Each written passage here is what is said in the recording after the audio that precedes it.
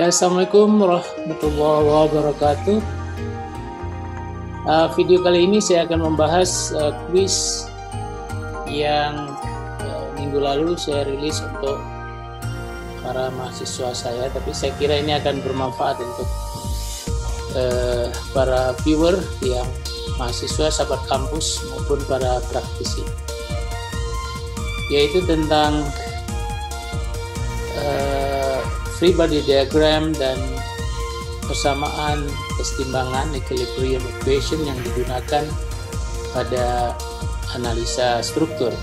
Tepatnya itu ada di bab 1 buku Hitler Mechanic of Material. Selamat mengikuti.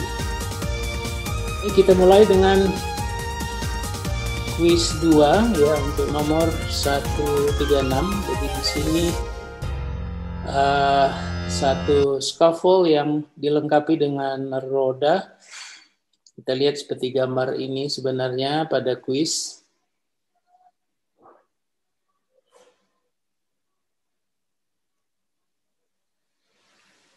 Oke, jadi ada lengannya dan lengan itu ditahan oleh sebuah pin yang dihubungkan ke batang hollow atau hollow tube.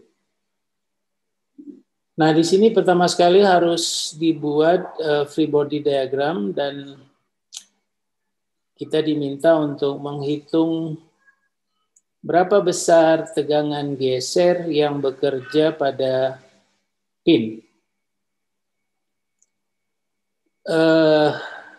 Tentu kita harus menghitung gaya geser dulu dan menghitung berapa luas penampang yang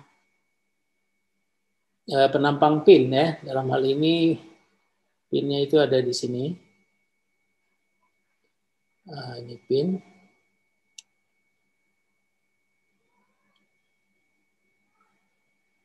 Nah, saya sudah mencek salah satu jawaban dari mahasiswa.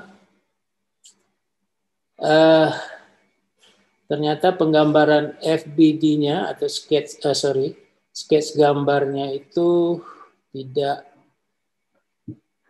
membahagiakan, tidak bagus. Jadi tidak jelas juga ini pinnya ada di mana. Kemudian kalau kita lihat di sini, saya perbesar ya. Jadi ada roda yang masuk ke dalam lantai. Mestinya itu nggak boleh terjadi. Jadi harus benar-benar hanya menyentuh seperti ini ya. Hanya menyentuh lantai. Oke, rumus ini oke. Rumusnya oke. Benar ya, bahwa tegangan geser yang bekerja, tau yang bekerja pada pin itu adalah gaya geser yang membuat notasi F ya, sebenarnya lebih tepat V ya, atau Victor ya, V dibagi dengan luas penampang geser. Tapi masalahnya F atau V ini yang dia tidak melihat bahwa ada dua gaya geser yang bekerja pada pin yang karena dia tidak menggambarkan FBD dengan baik. Oke, anyway, luas penampang yang dihitung itu sudah benar karena diameternya 4 mm. Tapi shear force jadinya salah. Ya, kenapa salah? Saya akan coba uraikan di sini. Jadi sorry, ini nilai mahasiswa ini untuk nomor 136 ini 0 ya. Nah, jadi bagaimana ini kita bahas supaya menjadi pelajaran pada mahasiswa, sebuah konsep yang baik. Saya kira yang pertama sekali kita gambar FBD. FBD yang paling penting adalah pada pin ya, di daerah ini. Inilah dia, jadi 3 kilonewton atau 3000 newton yang bekerja pada roda ini kita pindahkan, karena ini sambungannya dianggap kaku, kita pindahkan ke pin. Jadi pin ini kita gambarkan dalam kotak warna kuning ini. Lalu di sini bekerja V, bekerja gaya geser. Nah, tugas kita berikutnya adalah membuat persamaan kesetimbangannya. Sigma Fy equal to 0, di mana yang arahnya ke atas itu positif, maka dengan mudah, karena ini ke bawah, V-nya ke bawah, berarti minus V sama, tambah 3 kN sama dengan 0. Berarti V sama dengan, ya, 2V sama dengan 3000 ya, Newton, maka V 1500 Newton. Dengan demikian, kita bisa menghitung sekarang dengan geser rata-rata yang bekerja pada pin, yaitu V per A, ya, dan dapat 119,4 megapascal, karena Newton per milimeter kuadrat itu megapascal. Oke, yang pertama sangat mudah saya kira, tinggal pemahaman. If you miss the sketch, you miss the free body diagram. That's the point. Kalau free body diagramnya salah, maka equation of equilibrium juga salah. Oke, sekarang untuk nomor 2, kita akan bahas 2 nomor pada hari ini, yaitu 146. Ini juga cukup menarik, karena pertama kita diminta untuk menyatakan berapa tegangan normal arah Z, tentu saja di sini arah Z dari sistem atau struktur ini,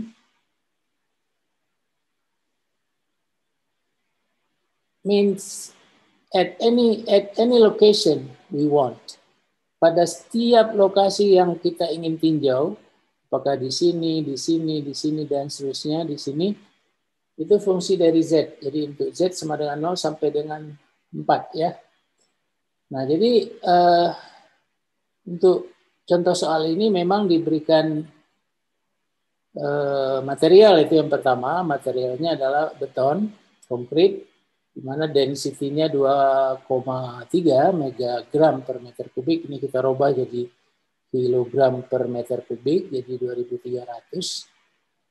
Dan bekerja external loading 15 kilonewton atau 15.000 newton pada at the top of the column, pada B. Ya. Nah, baru setelah itu berapa besar, jadi kalau saya ambil sebuah elemen di sini, berapa besar, apakah tarik atau tekan sigma Z yang rata-rata yang bekerja pada elemen itu at any position. Ini sangat menarik, jadi fungsi Z sehingga kita bisa nanti aplikasikan untuk berbagai keadaan atau contoh. Itu di akhir daripada soal ini. Ya, seperti biasa, yang pertama adalah kita membuat free body diagram. Saya membuatnya dengan 2 dimensi seperti ini akan lebih mudah untuk kita pahami. Akibat gaya F tadi, saya sebut F, external loading pada at the top of the structure, ini akan ada reaksi pada base, pada struktur, yaitu katakanlah gaya R. Dan karena diberikan density, berarti kita bisa menghitung berapa berat struktur atau dead load dari struktur itu. Jadi ini saya sebut dengan WSTR, weight of the structure. Kemudian T ini adalah tinggi dari struktur. Ini bisa kita variasikan. Jadi ini saya sengaja buat secara general. Kemudian Z ini position yang kita ingin tinjau. Dan D adalah diameter kolom. Kita tahu diameter kolom itu 2R. Ya. Jadi kalau pada soal ini yang diketahui adalah R ini ya. Ini R. 0,18 meter. Oke, sampai di situ paham? Atau kalau ada pertanyaan nanti atau komen Silakan isi di komentar, terutama untuk para mahasiswa. Oke, untuk langkah yang kedua adalah dengan kita sudah memiliki free body diagram, berarti kita bisa menyusun persamaan kesetimbangan. Persamaan kesetimbangan kita ambil penjumlahan gaya pada arah sumbu Z, karena struktur kan kolom Z ya, yang lebih dominan di sana, itu sama dengan 0. Sama ya, tandanya kalau ke atas itu positif, maka kita bisa tahu bahwa R itu positif, W structure negatif, dan F negatif. Jadi kita itu sama dengan 0, inilah dia. Sehingga kita bisa membuat sebuah rumus bahwa gaya reaksi R sama dengan F tambah berat struktur. Anggap ini persamaan yang pertama. Pertanyaannya, berapakah berat dari struktur? Ini berat struktur dalam hal ini tergantung pada ketinggian. Tentu kalau kita tinjau di sini berat keseluruhan, tinjau di sini berapa berat di atasnya, tinjau di sini demikian juga, jadi makin ke atas. Ini mungkin aplikasinya pada perhitungan gedung ya. Oke, nah sekarang kita bisa menghitung berat struktur, ya tentu berat jenisnya dikalikan volume ya. Maka berat jenisnya tadi kita udah tahu berapa rho density dari material dikalikan dengan gravitasi, itulah rho, kemudian volume adalah luas kali dengan tinggi. Jadi luasnya adalah VR kuadrat. Nah sekarang lokasi yang kita tinjau itu adalah bukan kali Z, tetapi T kurang Z. Selalu bagian yang ada di atasnya. T kurang Z. Jadi selalu kalau Z-nya kita tinjau di sini, berarti kita meninjaunya adalah T kurang Z ya. Panjang keseluruhan atau tinggi dikurangi dengan Z. Itulah volume yang harus kita hitung. Supaya kita bisa tahu beratnya. Ini katakan persamaan 2. Ya, paham sampai sana. Kemudian kita substitusikan persamaan 2 pada persamaan 1, maka R, ini vektor ya, jadi saya kasih tanda bar di atasnya, maka R sama dengan F tambah VR kuadrat rho G, ini saya sederhanakan, dikali T kurang Z. Ini saya anggap samaan 3 dalam satuan Newton. Jadi ini dalam Newton karena gaya. Nah, tegangan aksial rata-rata yang bekerja pada lokasi yang ditinjau tentu berapa besar gaya yang bekerja, R di sini, R dibagi dengan luas penampangnya. Maka F ditambah VR kuadrat rho G T kurang Z dibagi dengan luas penampang. Itu VR kuadrat. Nah, karena satuannya tadi meter, maka Newton per meter kuadrat Pascal satuannya. Atau kita bisa sederhanakan menjadi rumus 4 ini. Rumus inilah sebenarnya yang diinginkan jawabannya. Secara umum ya, F per VR kuadrat tambah rho G T kurang Z. Nah, sekarang dari rumus ini, ya saudara, dari rumus ini kita lihat, berapapun external forces F yang bekerja pada struktur, berapapun geometri R dari struktur, apapun jenis materialnya, apakah steel, aluminium, konkrit, ya, tinggal menggantikan rho saja. Gravitasi tetap. Kemudian kalau T-nya diketahui, tinggi dari kolom diketahui, maka kita bisa menghitung sigma Z. Mari kita lihat contoh misalnya dari soal ini. Dari soal kuis ini, F-nya adalah 15 kN, 15.000 Newton, R 0,18 meter, tingginya 4 meter, dan density-nya 2.300 kg per meter kubik. Ya. Nah, kita lihat sekali lagi bahwa Z ini adalah satu lokasi yang kita tinjau mulai dari 0 sampai full ketinggian di puncak, yaitu di B. Nah, kita tinggal seperti itu saja ya. Pertama kita cari berapa gaya reaksi yang terjadi di sini. Ya, pada base. Tinggal masukkan rumus. Ya, F-nya tadi 15.000. Ya, ditambah V, R kuadratnya 0,18 kuadrat. Rho-nya 2300, G-nya 9,81 meter per detik kuadrat. Kemudian tinggi kolom ini adalah 4 meter, kurang Z. Jadi hanya Z yang tidak diketahui di persamaan sebelah kanan. Sehingga kita bisa sederhanakan seperti ini. Oke. Ini.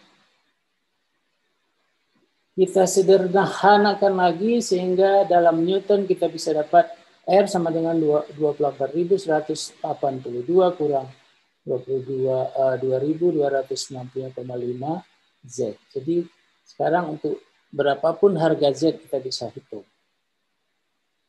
Nah sekarang kita bisa menghitung normal stress sigma Z F ya, per tinggal masukkan rumus tadi gitu ya. F tinggal masukkan rumus tadi R per mana tadi, yaitu R per nih sigma Z sama dengan berapapun besar R-nya dibagi dengan luas penampang yang tadinya kita udah sederhanakan menjadi persamaan 4, maka kita tinggal masukkan saya ke sini sama 4 ya. F-nya sudah tahu, ini sudah tahu, Rho tadi sudah tahu, G sudah tahu, 4 kurang Z.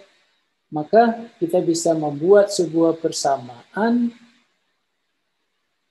secara umum sigma Z sama dengan 147.490 tambah 90.252 kurang 22.563 Z.